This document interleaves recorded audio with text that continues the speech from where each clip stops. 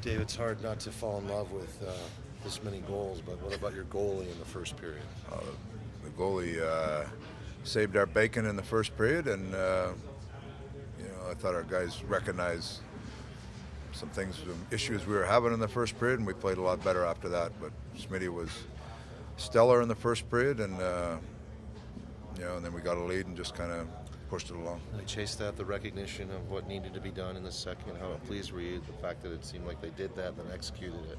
Well, that's what you're looking for. If the game kept going like that, we'd probably lose 5-0.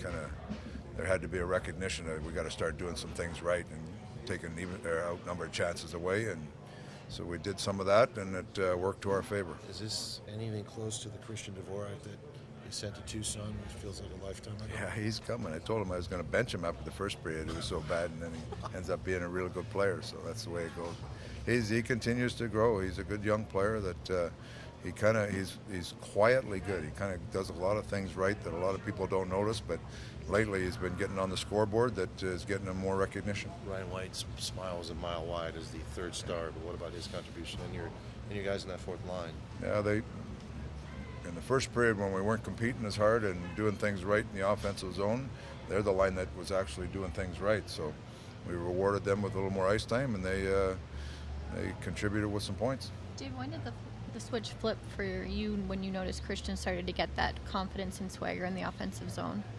Was it recent? No, it grows. I mean, he's a young player.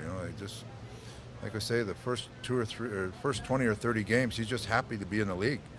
And as he recognizes that he's capable of playing here and doing things right and not in awe of people anymore, he goes out there and just plays, and he's a real good player. Mm-hmm. Yeah, he's got a deceiving shot. I mean, that shot that he scored on in the second period, he scored 2 or 3 goals like that. That's a real good shot. So he's a good young player. Like he's coming, but he's like all young players. They take some time. You saw this though, obviously, even before you drafted him. Like this is the type of player he can be. He has the skill, but he also has the responsibility. We drafted him later in the second round because he'd gone through an injury. But if you watched him play last year, you could see that this is the kind of player we were going to get. It's just a matter of when he comes, and young players take time. I know you said you were thinking about your goalie situation tomorrow, but did Mike make it easy for you? We'll see. We'll talk to him tonight. I haven't talked to him after the game yet. We'll see how he's feeling, and then we'll reevaluate in the morning. Did you give Kevin Connaughton another game? Did you see something discreet here? We won the game, and we didn't want to change the mix, and he's playing his butt off. Yeah. He's playing hard. He hasn't played a lot this year, and he's a great teammate, works hard in practice every day, and we put him in a tough game at Pittsburgh, and he played well, so we decided to go back to him tonight, and he played very well again.